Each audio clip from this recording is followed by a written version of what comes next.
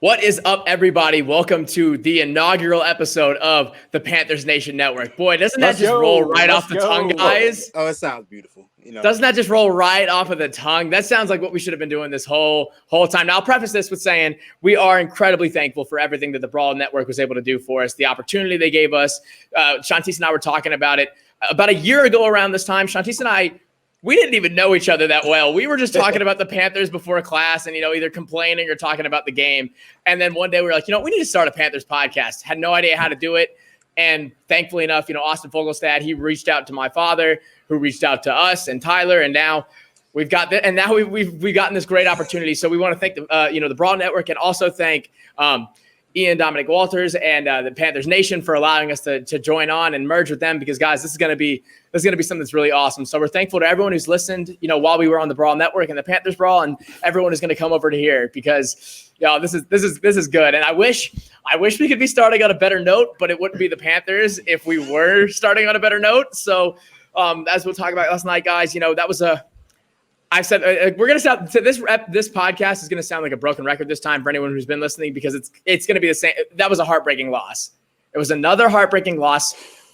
Most Panthers fans will tell you you're not going to sweep the Falcons, no matter how good your team is. Shontis, we know this. Yeah.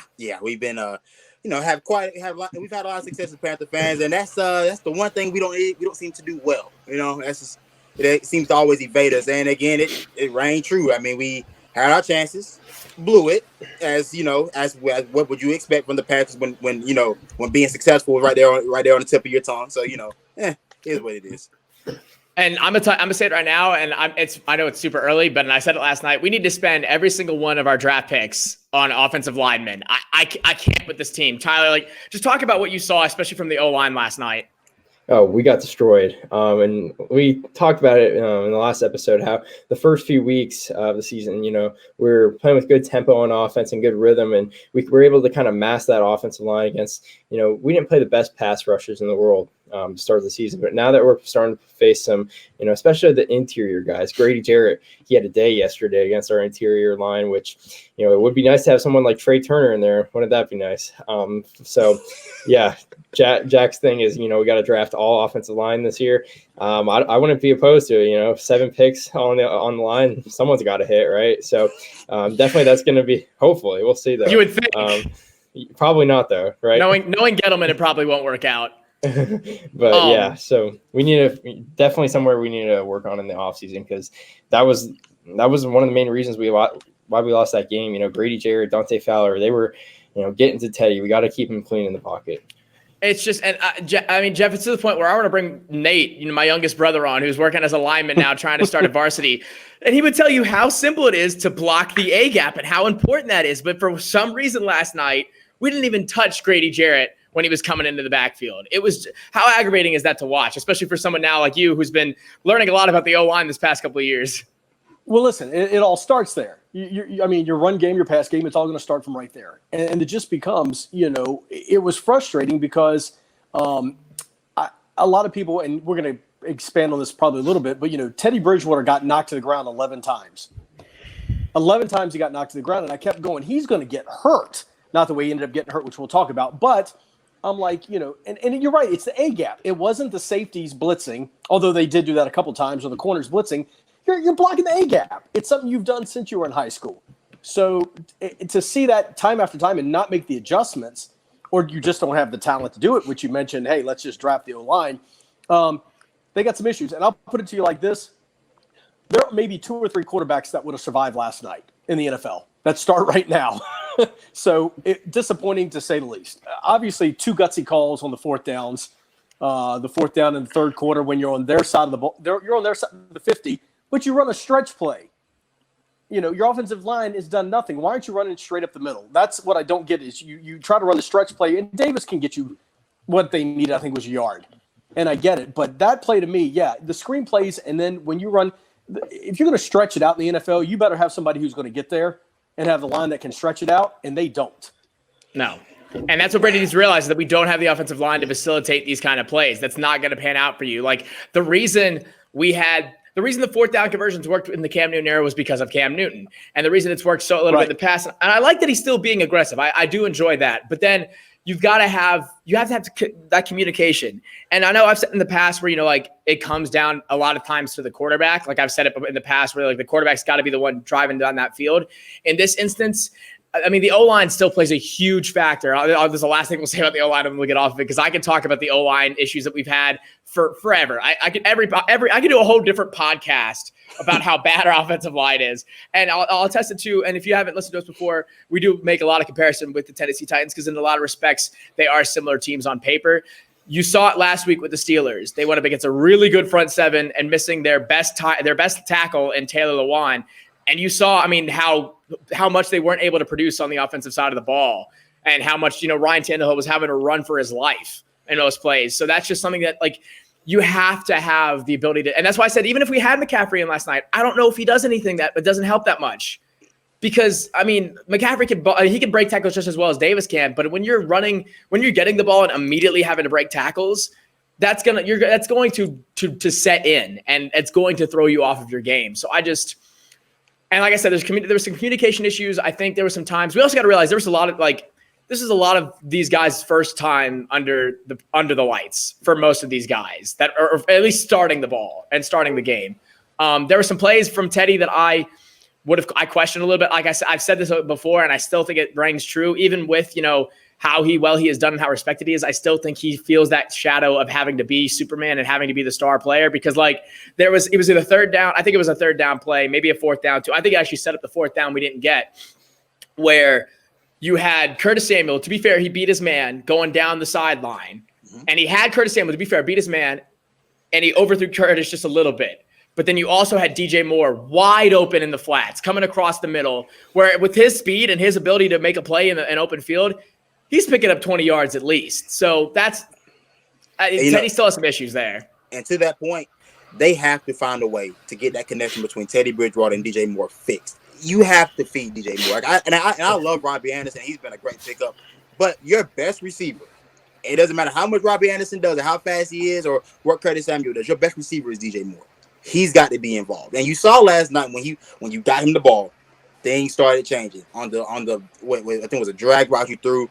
He catches it, stiff arms, breaks the tackle, gets up the field. On the long bomb you threw on the last drive before you end up throwing the interception, you throw it up for DJ Moore, he goes and makes a play. He's got to be involved. And I don't know what happens. He had one target in, I think, the first quarter, and then get another target into the third. That's a long time to go without trying to even feature your best receiver. And the problem with that is too, and Tyler, you can talk a little about this, as far as what the DBs on the Falcons side of the ball were doing to cover him up, they weren't really doing a lot that was special to lock down DJ Moore. They were just, on him. So, how is that concerning in terms of, I don't know if that's on DJ or if that's just on the way they played against him? Yeah, DJ Moore's kind of always been this player that, his thought is that we got to scheme him up to get him the ball. We got to, get him open and not, have himself get open, if that makes sense. Player that you get the ball to in space. But, he was a first-round pick for us, and it's going to be coming to the time where we need to re-sign him, and we already have all this money, invested into Robbie. So, DJ Moore, he's got to prove himself again, that he deserves his money when the time comes. So he needs to start getting open on his own, not, just relying on screens, end arounds, stuff like that. He needs to create separation on his own, one-on-one. He can't get, covered like that. We're supposed to have these three great receivers, triple-headed beast on the outside. And really, Robbie Anderson's only been he's been the only one that's been consistent. Curtis is, I think we can all say he's kind of disappointed us, especially last season. And then, it's going up for him this season. But, DJ has been quiet, and it's kind of like he's okay with Robbie taking over as the main guy here. And, I don't think any of us expected that to happen. So I think DJ, in the second half of the season, he's got to look to change that around. I think too that you made a really great point there, Tyler. I honestly kind of think we've seen, watching the All or Nothings or watching him on the field, DJ's a very mild-mannered kind of guy, especially for a wide receiver who's supposed to be, that enigmatic, kind of out there kind of person. Mm-hmm. And Jeff, you can kind of talk about this too. Steve Smith had said when we drafted him, they had never had a player to replace me up until now. He meant that on in his playmaking ability, his open field ability. I think Steve needs to get in there and show DJ how to be a killer, how to be, get that mentality. Wouldn't you agree? I agree. I think what Tyler brought up about, the scheme getting him open and him not getting open. It's sometimes you just got to have somebody in your head talking to you. and we'll go back because it's comparable. Derrick Henry ran a certain way till Eddie George got in his head and said, hey, you need to run and be a man and man up. And I think that's just what I found interesting, and Shontis hit it, was targeted one time in the first. They didn't hit him again until the third. I think he had 4 targets the entire night, and I brought it up in our story last night. November 3rd is the trade deadline. Do you want an offensive lineman? Do you trade DJ Moore away for an offensive lineman? And let's be real. I question, and what was Teddy looking at a couple of times? I mean, there were a couple of times DJ was open, and he was looking at Robbie and Curtis right away. Is there something, and maybe I'm just stirring the pot, is there something else going on there? Or, is that something that, hey, there's an offensive lineman, we'll make a trade and we'll give you DJ Moore for an offensive lineman? I think what you see there, and I think this is why people wonder why Cam is playing the way he is, or why Cam is deteriorated or not. It's going to go back to this, and I said I wouldn't talk about it, but I'm going to. The O-line that we have does not, Teddy is now having to look over his shoulder. Having to look at his peripheral because he's afraid that he's about to get hit before he throws the ball with the amount of time he has. And honestly, some of the throws that Teddy was making in terms of where he was placing the ball, I mean, for that Curtis Samuel touchdown, if that cornerback makes a better play on the ball, that's a pick. Easy pick. For that pick 6 that he threw, he had DJ per se if he places the ball better, but that was an easy pick. I think his arm's getting hurt. I think he's getting hit enough. I think he's getting thrown off of his game, either his feet or it's somewhere in the legs or the arm, because he's either not getting set, he's not thinking clearly, because there's some plays where I'm like, that's what you're seeing. I think he's getting skittish in the pocket. And I think it's what we did to Cam too in the later years, is Cam got skittish in the pocket. But that's why his turnover ratio was so bad. So I don't know if it's a DJ Moore thing. I mean, Teddy got knocked down 11 times last night. There were times, even in the first, second quarter, I'm going, he's not going to get up. And Cam Newton is injured. You better get it straight or you're going to hurt. I mean, listen, Teddy, like I said, there are 3 quarterbacks that might have survived that game last night. Russell Wilson, Lamar Jackson, and Patrick Mahomes. Maybe. I'm surprised Tannehill didn't make that list. No. But you know what I'm saying, though? We're kind of coming down hard on Teddy, and I get it. And I know she's put on Twitter something about today that, hey, he's got to win a ball game. But at the end of the day, you got to protect him. Yeah, this is true. But one thing I thought about earlier before we started recording, it's the fact that if I look at Teddy Bridgewater's the teams that he played with prior and the situation where he was successful. I go back to Minnesota. They had that was a well-built team around him, and they didn't ask him to go do much more than just, hey, look, manage the game, make your plays here and there, and just take us to the finish line. Don't do anything. Don't get too high. Don't get too low. Same thing with the Saints. They didn't ask him to do what we're asking him to do now. And he also, these are well-built teams, well-built organizations. I look at the Saints. They have an infrastructure where they know how to protect Drew Brees. They've done it for about 10 plus years. And it worked for Teddy when he got in there, went 5-0, did his thing. Carolina's asking him to be a franchise guy. That's what Carolina asked of him when you paid him $63 million and you didn't go address the needs that you had on the offensive line. And it's starting to show that, look, I don't care. It wouldn't matter what quarterback you had in there. Like to Jeff's point, there's only a handful of quarterbacks that could have survived that game. And Teddy just isn't that type of quarterback to where you can be bad on the offensive line and he can keep escaping and keep making plays. Where you had Cam Newton for a decade. You masked a lot of those issues because you had a quarterback that could run and create for himself.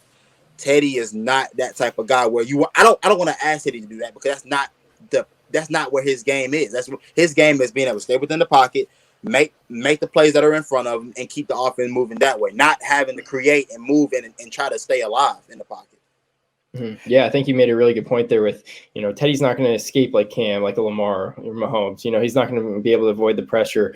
And so I think the biggest thing for Teddy is keeping him comfortable and staying on schedule, not getting into, 2nd and 20, 3rd and 17s, so anything like that. We got to, stay on schedule offensively because, it gets poked at a lot on Twitter and made fun of a lot. And I think, Teddy is not a great deep passer, right? But he's serviceable. I think it gets kind of blown up more than it really is, but he's not great downfield.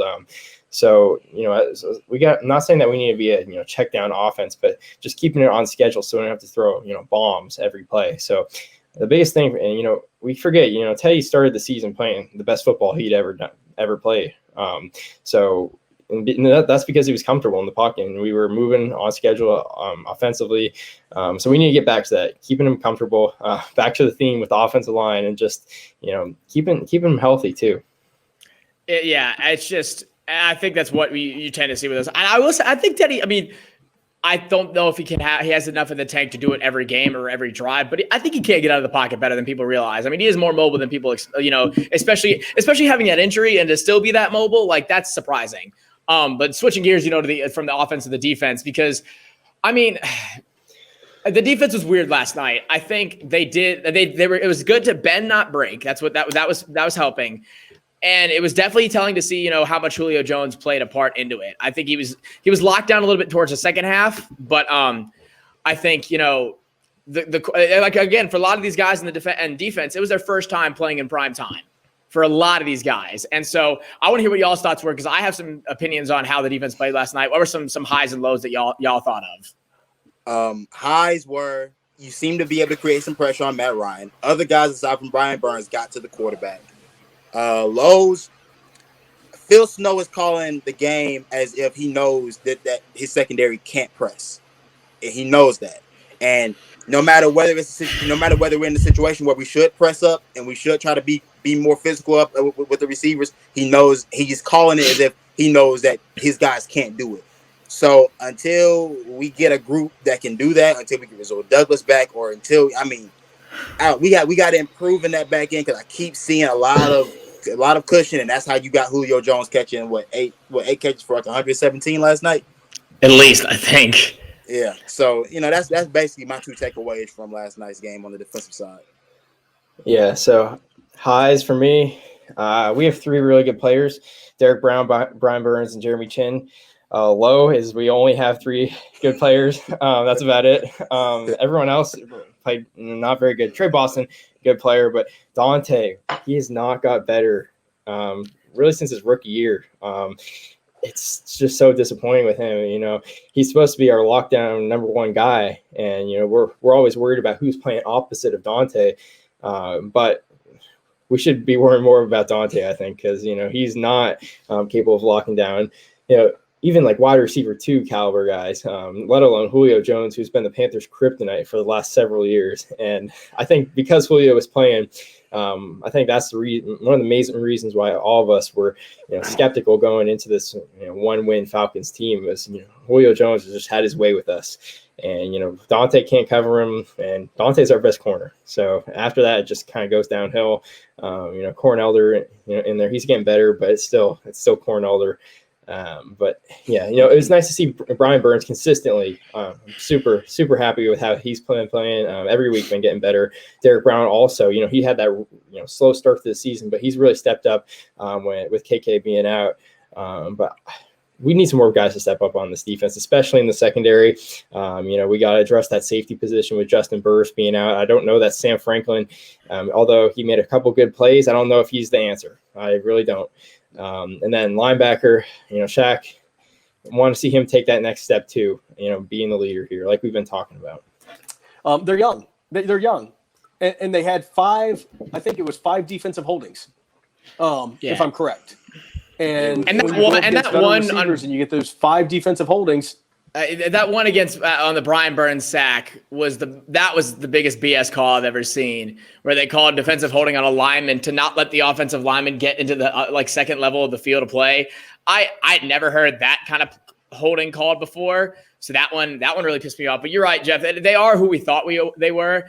I will say, and it's funny because I was even listening to my service cut out the other week, and I was listening to the Panthers radio call because that's what I have to do sometimes now. And Kurt Coleman is now on it as the color guy, and I'm like, I got to think Kurt's watching this game going, damn, maybe I should get back and put my jersey back on, get back on the field and try to play, because they're just it's really only burn. It's gotten to the point, honestly, because I thought the worst thing for me was the run defense. There were so many plays. When you let Matt Ryan pick up a 3rd and 12 on a play that you need to stop him, and you let Matt Ryan, who looks like one of the most unathletic quarterbacks ever, get that 3rd down, that's an issue. That's a huge issue to me. And I understand they were kind of pulled away in coverage, but it's kind of the point where I'm honestly thinking we put Burns back there for a little bit and just let him run around in that second zone, because while he can make so much pressure off the edge, to be fair, FA and even Stephen Weatherly made some impacts last night. That one hit he had when he was able to break free and get a tackle for a loss, but Tahir Whitehead's not getting it done. I mean, Jeremy Chin, he could be utilized also I feel like he's a really good hitter and really can run around in the front zone of the defense, but I feel like he could also be utilized there in the secondary for a little. I think he could be really well utilized as a free safety and be able to kind of run around and be kind of open to do what he would want to. Because I think where Trey is at now, it works, but I also think Trey is smart enough to play both free and strong safety. And so I think it's just that I think while the secondary is atrocious, I think they're still the linebackers to me are still where we are the weakest, because it's just that middle of the field and picking up. And so I thought, and I'll let Shontis talk in a second, but I thought, we thought the Saints just had really, really good third down conversion and really good percentages on that. And then we see with the Falcons, what were they, like 8 of 11? I think it was somewhere around there. Something around that. They were picking up 3rd and 10s. They were picking up 3rd and 12s. I mean, it was just absolutely atrocious. And so I liked what I saw. So now to be fair, Rasul Douglas, he still was not cleared from COVID, and that's hurt. And then Dante ended up going out midway through. I think it was the 3rd or the 4th because of that. I think that toe injury is really having an issue, because I thought, beginning of the season, it seemed to look like he was actually, because he had a pick or two right in the beginning of the season, and they were actually pretty good picks. Most of his picks have been like, kind of those freebies, those fly balls that he's been able to get. But these, like even the one he made last night, that was a good pick. Like that was a real, and of course I was bashing him on our Instagram story. And then he turns around, like as I'm posting the video, he makes a pick, and I'm like, well, crap. Like, good job, Dante. Because you're not with Troy Pride, Corn Elder, Sam Franklin, Miles Hartfield, who I thought was a running back. He was back there. Like, are we that depleted in the secondary? It's starting to look like that. It's starting to look that way. And one thing I'll say about this defense, and I said it last night on the Instagram story, is that, the one thing we don't have is smart pass rushers, meaning guys that they get up the field and you keep allowing an unathletic guy like Matt Ryan to spill out and hurt you in the ground game. I look at the touchdown where they cut the lead to 14-13. That shouldn't happen. No. There is no reason. Like, and you know why? Because you have a bunch of undisciplined pass rushers that are athletic and can get there, but if you don't keep him inside the pocket and make him have to, like, there's no reason why Matt Ryan, running the 5 flat speed that he is, should be able to beat you to the end zone. And look in the back end. Look, Troy Pride. I don't know what was wrong with his cleats. Hold up. The Falcons play on a turf field. We have played it's no secret that it rains in Carolina. So why are you not prepared for that? You knew what the forecast was. Are our equipment managers just that oblivious to what's going on? Like, that was pissing me off so much. And there were moments, like there's a play that I think Franklin made in the back of the end zone against Julio. That was a good play. Good play. And I do see some potential in some of the guys that we have, but I don't see a number one cornerback on this roster. I didn't think Dante Jackson was the answer. I knew when James Bradbury left, our number one corner was leaving when he walked out the door. And I never looked at Dante Jackson as a number one guy. He's like 5'10". You can't, number one corners aren't 5'10". Hey, that's one. And two, how he plays is great to have on the field, not as my number one guy. I need somebody else that can go follow the number one guy and Jackson be on the field somewhere, because one thing he is good at, he is a ball hawk, and the ball does seem to find its way into his hands. So I do want to have him on the field, but just not as the guy that I have to rely upon to be a consistent cover guy, because that's not what he is. And this was the issue. And so, so since we had talked last, Eli Apple was released. So, and then during this trade deadline, you've seen what? I think it was Everson Griffin going to the Cowboys. Now, I don't know about it. That was someone I was looking at, too, for that pass rush, because Lord knows he would probably be more productive than Stephen Weatherly. I think you had Yannick Ngakoue also got traded, I believe, as well. He got traded to the Ravens. That's what – yeah. So, there were some guys that we could have tried to fight for. And because the Cowboys weren't looking to give up much for Griffin. And I think Griffin can make plays if he's in the right scheme. And so now that money that you spent on Eli Apple, which wasn't a whole lot, but we knew that wasn't going to work out. Like, you could have put that money to some use somewhere else. You really could have tried. And I think that speaks again to just our money management skills. And so, Jeff, you talk about that trade earlier. I don't think I'm shopping DJ Moore. I'm maybe shopping Curtis Samuel, and maybe heck, I'm sorry. Like, I know it would throw off our running back situation again, but I mean, I can't imagine there's not a lot of teams that wouldn't want to give a little bit for Mike Davis and the way he runs the ball. With Chris Carson being injured every week, I'm sure the Seahawks might be kicking themselves in the back, for letting him go. I just to try to get an O lineman or someone in the secondary, because look, Jamal Adams, the Seahawks did not pay him an aggressive amount of money for they gave him good money, but I couldn't imagine we couldn't scrounge that money together, and how much of a help that would have been. I don't know. It seems like there's issues and lack of, it seems like there's a lack of action. With and you had Carlos Dunlap, he left the Bengals. Yeah. And he can, to have Carlos Dunlap with Derek Brown, he went to the Seahawks. Seattle. Yeah. But to have him with Derek Brown when KK's now out, I guarantee you Dunlap wanted to get out of there bad. Is DJ Moore getting frustrated too? That's my question. If you're 4 targets a game, you're supposed to be the number 1 receiver, and you get 4 targets a game. Well, look, with DJ Moore, it's just that, like Jack said earlier, he's such a mild-mannered guy. I don't think that he cares, which is really the issue I have with DJ, because I feel like, like you said earlier, Jack, when Steve Smith said that Carolina finally found his replacement, I was hoping he was talking about mentality as well, because if he had that, I wouldn't question anything about DJ Moore. Mike Davis, like you said, Jack, is a good package piece. Teams do need running backs at this point in the season, because guys do start to get worn down. He's shown to have some good value. And, with Reggie Bonifant being on track to come back at some point, Christian McCaffrey also being on track to come back, I would be comfortable with going into a game with McCaffrey and Bonifant being my 2 running backs on the roster. Kirko as well, he's played himself into a position where if you're Carolina, you have to make a real decision come this offseason. Do you really want to pay Curtis Samuel, or do you let him walk? Because he's gonna demand a good chunk of change. Can you? And there is value for him because of how versatile he is and how well he has played this year. So Carolina, they do have pieces to where you can make a push. And I look at the guys that got traded at the trade deadline. Griffin. I can't remember. I cannot. I don't want to butcher the guys that got traded to the Ravens. But and also Carlos Dunlap. They all got traded for picks. Oh, we're just trading draft picks. You can have all of those. But you're right. And so and I think the thing with DJ, we didn't mention it earlier, but I think when you talk about when you said, we have to scheme him up to get open, and I think that speaks to, and y'all can refute this or not, but his route running is not all that it could be. His route running is kind of below average to the point where he's not making the jab steps or those double moves. He made a nice double move on that 40-yard bomb last night, but it wasn't even really a double move. It was almost just like a stutter kind of thing. And so he's more like a punt returner where he reads the space once he gets the ball and can create that separation.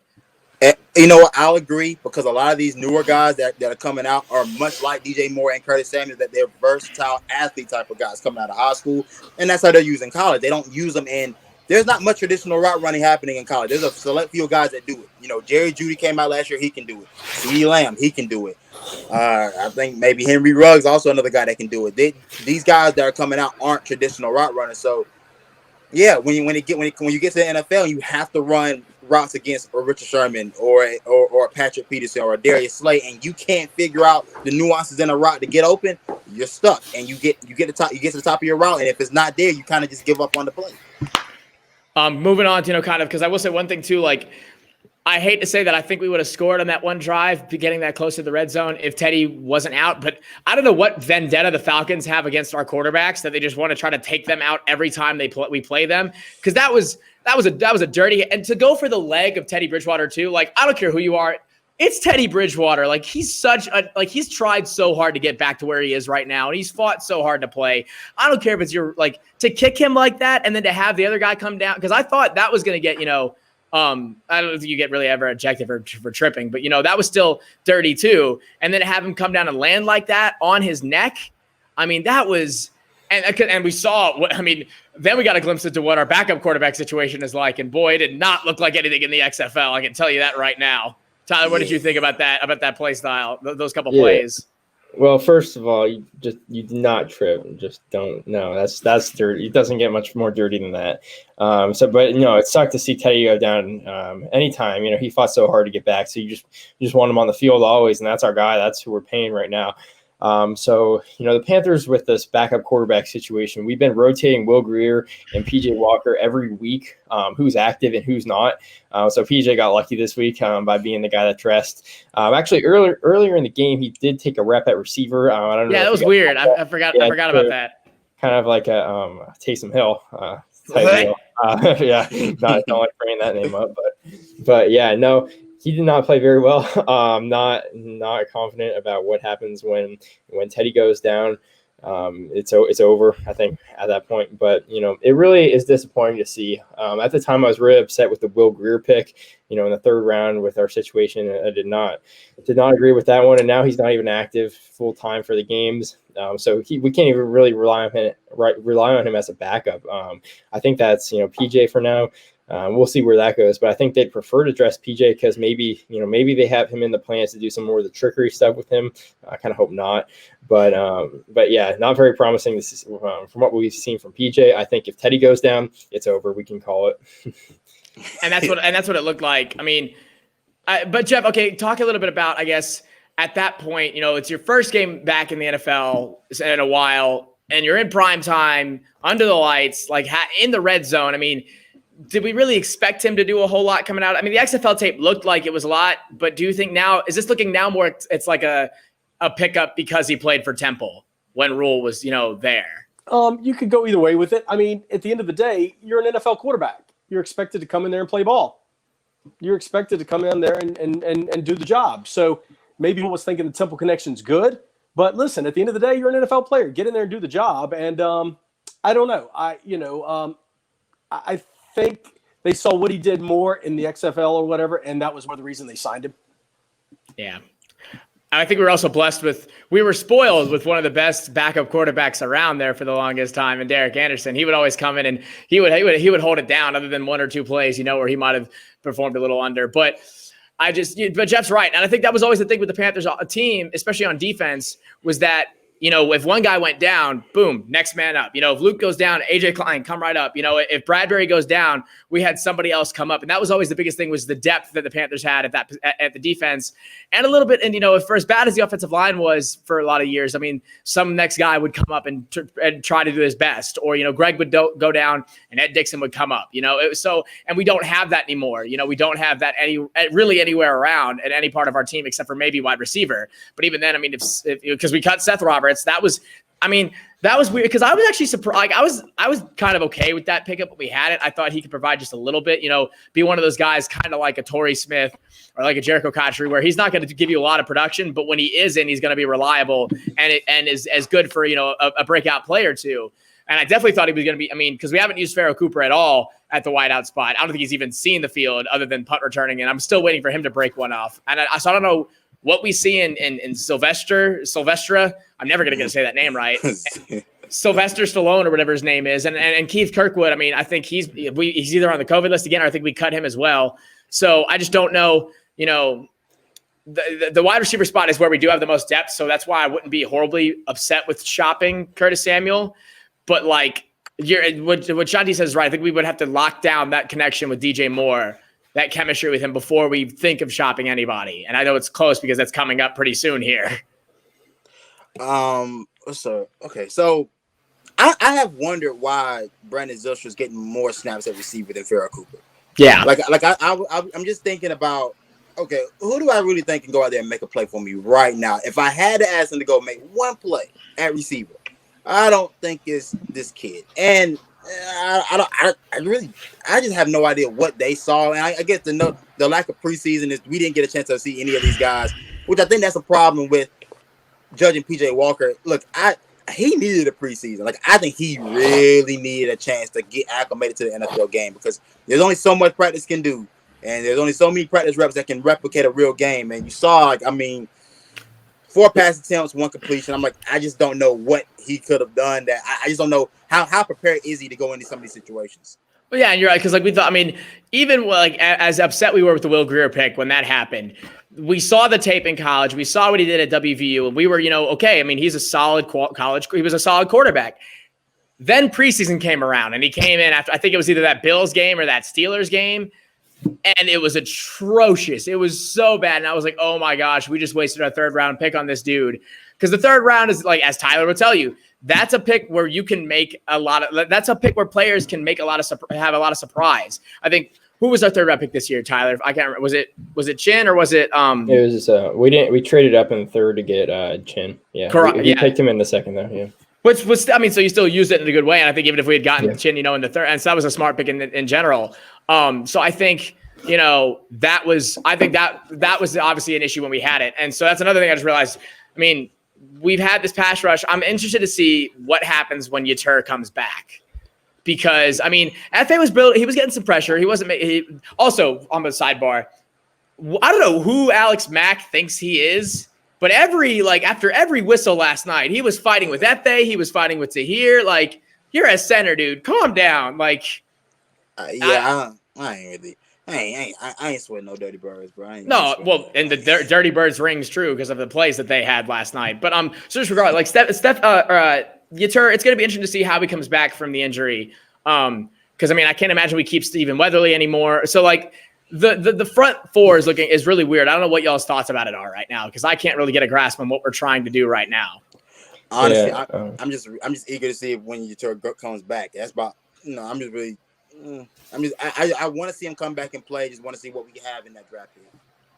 Yeah, yeah. It's Burns, it's Derek Brown, and then it's just the big rotation at the other spot. Marquise Haynes, F.A. Obata, like Stephen Weatherly, like we talked about, but. Yetur, when he comes back, I don't know that he's this starter, every down type player. He's always been a developmental guy. We drafted him knowing that. But so I think this is a perfect opportunity now to get him reps this season towards that stretch of the season and develop him. And hopefully, next year he can be that full-time starter, not at a Brian Burns level by any means, but, a consistent player that we don't really have to take out too often. We have, I think, Weatherly, Haynes, Obata, they're good for what they are as rotational guys, but you don't want those guys playing, 3 downs. You don't want any of them in there for that long. A lot of them, they're all pass rushers, really. So situational pass rushers is what they are. So hopefully we can start to get Yetur to become that, that every down player. Yeah, it's like having your Wes Horton, your Mario Addison, and your Kyle Love kind of all out there. You're kind of just getting by with what you have. All right, so I know we've been putting it off, but we got to talk about it because it's getting close to the end of the podcast. And I know none of us want to talk about the game that's about to come up because it feels like it's going to be that 2018 game against the Steelers or the 2019 game against the 49ers. And it's playing the defending Super Bowl champions and playing Kansas City. And there's a solid, I think, what's the record for the most points scored in an NFL game? Because there's a chance it might be broken this coming week. It's nice that we have the long week to practice, but just what are some of y'all's fears going into this game? Everything. Chris Jones and, well, everything. Yeah, like just to be fair, yeah, everything. But Chris Jones and Frank Clark. Just figure that out first, because Chris Jones is probably going to annihilate whoever you have in the interior that week, and Frank Clark is going to get to the quarterback at some point. So those two guys is probably those are my concerns. I could go on all day about my concerns, but I'll just leave it at those two. I think Tyreek Hill's going to be open most of the time. Mecole Hardman, more speed that we have to deal with. Sammy Watkins, Travis Kelce, take your pick. Jeremy Chin, if he's, covering Kelce, he's going to be really tested. Obviously, that quarterback's pretty good there. And, that defense, their defense is, it's not amazing, but they kind of just get by, right? But, Tyrann Mathieu and then Frank Clark and, one of the best interior rushers in the league, and Chris Jones, Chris Jones is going to have a day. And then not to mention Andy Reid, Eric Bieniemy going up against our young coaching staff. Phil Snow versus Eric Bieniemy. Phil Snow, say what you want, but he's super young into this NFL coaching thing. And Eric Bieniemy matching up, it's just we have some extra time to get ready for this game, so we better make the most of it. But I think it's going to get ugly. Welcome to 3-5. Welcome to 3. We already are 3-5. What do you mean? Make sure that Christian McCaffrey is healthy before we play him again. Yeah. Oh, honestly, 3-6. Yeah, I was gonna say honestly, I don't know. If McCaffrey's not 100%, I really don't know if you put him in this game. I don't think. I mean, he'll make an effort and he'll make an impact, but in reality, like this is a game I'm not going in expecting to win in the slightest. I think now what I will say is, for as bad if Dante is healthy, because speed has been an area where he does, kind of match. I don't think he's going to match up stride for stride with, Tyreek, but I think he can kind of hold his own there. I do think Chin can get that middle of the field kind of impact where he's been and maybe try to, he's going to get tested. He's going to get tested a lot against Travis Kelce. I mean, but this is a game where he can try to prove himself really and show that he's that rookie of the month and, and make it more of a campaign for defensive rookie of the year. Mecole Hardman, and their running attack. I think at this point, honestly, I don't care about, I don't care about Le'Veon Bell. I don't care about Clyde Edwards. I mean, I care about Edwards-Helaire a little bit. I'm putting Burns probably I might put Burns on just just kind of contain for Helaire and Mahomes.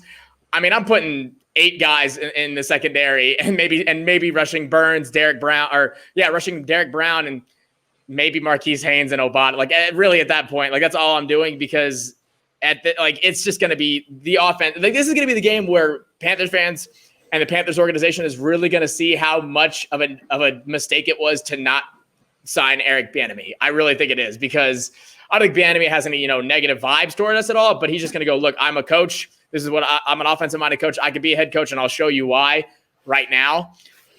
I mean, Mahomes could run. I mean, with the way we let Matt Ryan run, if we have that same kind of protection against Mahomes, he could run freaking Bo Jackson in the Tecmo Bowl game and just run 100 yards around the field without getting tackled by anybody. I mean, we've seen him go against some of the best defenses and some of the best front sevens in the Titans and the 49ers and just run all over them, And so now he gets to go up against ours.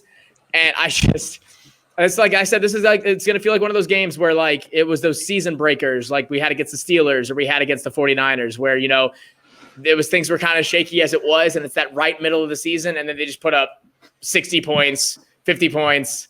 I mean, that could be a very big possibility coming into this game.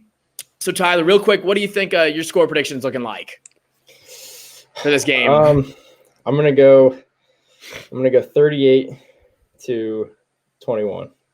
That's fair. Loss. Yeah, well, I would imagine. I feel like that's going to go without saying. Just want to make that one clear. Yeah. I'm as optimistic as a Panthers fan as they come, but even I'm concerned with. I don't see any way we come out of this with a win. Shontis, what are you thinking? I'm thinking along the lines of 41-13. Yeah, that's what. I mean, there's parts of me that are really, really concerned that it's going to be. I'll let Jeff go first because I really don't know. I got to get my thoughts together because there's so many things that could go wrong here. I'm actually going to go 42 to I don't think we score. Oh. Yeah. I can see that too, though. Yeah. I think we're good for at least 1 or 2 field goals. I don't know. I mean. No, right. I feel you maybe. There. I'll go 42-7. Yeah, I'll give it I mean, with the way the 49ers played against us last year, and I'm really going back to those games because that's what it looks like. With how young our defense is and the offensive mind of Eric Bieniemy and just how we've never had to experience anything like this. Now, to be fair, the Chiefs are not as big of an offensive superpower as they were in terms of these tougher games that they've had to play. This is going to be one of those games where they can really, it's going to be like a playground for them. They can really run around. I don't want to say, you never want to say that someone puts up a 50 burger on you, but with the mismatch that we have here at almost every point of attack, I could see it being we'll get a garbage time touchdown or 2 like we did. If McCaffrey comes in, if he plays this game, I could see us scoring 14 to 17 points. I could see that, but best case scenario, it's 35 to 14. Worst case scenario, it's 51 to 14. Yeah, it gives me, like you said, it gives me that 2018 Steelers feel and that 2019 49ers feel. It's just going to be an avalanche. It's going to start, and it's just not going to stop. It's just going to keep going and going until it's over. Because to be fair, I think we have the firepower and the kind of tenacity to come out early, get a quick touchdown, and maybe even surprise somewhere through for a 3-and-out. Yeah. But they do not have the longevity to keep that up for 60 minutes in a game. That's just not going to happen. That game is going to be over midway second quarter. at least. It's gonna get ugly quick. And that's if this is even if Dante's healthy, if McCaffrey's in, if our O-line can hold up for even a little bit, because it's definitely more Chris Jones that I'm scared of. Frank Clark, I'm not. I think we can, manage him a little bit more. Chris Jones is definitely terrifying to me. And I think, the running attack and that's the problem too, is like the running attack, like Le'Veon Bell and Edwards-Helaire. Like Edwards-Helaire is that exact type of running back that could really do damage against this front seven. Le'Veon Bell doesn't scare me, as much as he should or as he used to. Yeah. Same with Tyreek Hill and same with that just over the middle. Like I think Travis Kelce could have just a real big game this week. I think that could happen easily, just because of how we normally tend to do against tight ends. I think we locked down Jimmy Graham pretty well. I think we locked down, Hayden Hurst but Hayden Hurst had some flashes last night where he showed that he could do stuff. It's just we've had one of those games every year. These seasons seem to mirror each other in the last 3 years since Tepper's been the owner. Yep. Don't know if that's a coincidence or if that's just, happenstance, but it's just, I think now that's like, I think honestly the Panthers need to go into this, like, I think they got in there, they got too confident a little bit in themselves now where they started to think, oh, we could be a contender. And I think that got to them a little bit. I think they need to go back to the mentality they had. We're like, look, no one's expecting us to do anything. Let's just go out there and surprise them. This is what I mean? When you put videos out when you're 2-2. This is how it goes. If you just play football and quit worrying about what we said, because I thought you were going to be ass. You proved me wrong for a couple weeks. Just keep playing. Just keep winning. The only way you can answer any critic, like myself or anybody else, is to win, not videos. That's whatever. No, you're right. Like it's. Agreed. So I mean, it'll be interesting to watch, and I'm going to be horrified the whole time. I'm not going to go, and I think fans need to do the same thing, and we need to go into these games without any expectations for the rest of the season, like we had, because I think fans we fans as ourselves got really confident in our team. Like, yo, we can make a playoff run. We can get that third wild card spot. To be fair, I mean, this game definitely hurt divisionally and definitely hurt for that chance, but it's still not out of reach, which is the wildest part in the NFC, which is how bad the NFC is right now. It's still not out of reach, but I think as fans, we need to go into it now and be like, look, we just got to, whatever happens, happens. Yeah, I'm being an optimist for the rest of the year. I'm like, hey, look, I'm taking the organization route. I'm here to see what we have. Yeah, that's all I'm here to do. Yeah, well, you talked about the playoffs, the NFC West. I mean, that you could have all four of those teams come out of that division and be in the playoffs. The NFC West is stout right now. So, but I think Shontis was right. Even at 3-3, we sat there and said, hey, playoffs. Nope. Let's just get a couple more wins, build some confidence, and head to 2021. But yeah, guys, we just got to keep watching. And I know wasn't the best outcome to start with the first episode for this podcast, but I just want to reiterate how excited we are to get to do this. We've got some really cool content coming up for you. We'll kind of, if you're just now like joining us and just now listening into the podcast, what we tend to normally do is we have, and like we kind of explained it, we'll have these podcasts the day after the game, giving you our, what we record the night after. We didn't do it last night because I was a little late, but we'll record right after, so it's all fresh in our minds. Get you that episode the next day, and then we'll have some stuff throughout the week for you. We've got a couple different segments planned coming up, so stay tuned for that. And then on Fridays, Shontis, our video connoisseur over there, he'll be bringing you the key matchups, the X factors, and what he's seeing going into the game that weekend. So just stay tuned to that. We've got our Twitter. It's P1N_Nation. We've got our Instagram, same thing, P1N_Nation. We've got our YouTube channel. We got two different ones. We'll have our episodes out on the Panthers Nation YouTube channel that we're going to have. And then we're going to also have Shontis' segments and some other segments going out on Gem Droppers Sports. That's what his channel is. And so that's where his video is going to be getting put out of. So make sure to tune into that. Continue to follow, and follow Panthers Nation as well, with the 1 instead of an I and the N of Nation. And just to get all of your updates from a really awesome account. He does a lot of great work over there, and there's a lot of cool things brewing. And we're really excited to all be a part of it. And so until next time, guys, keep pounding.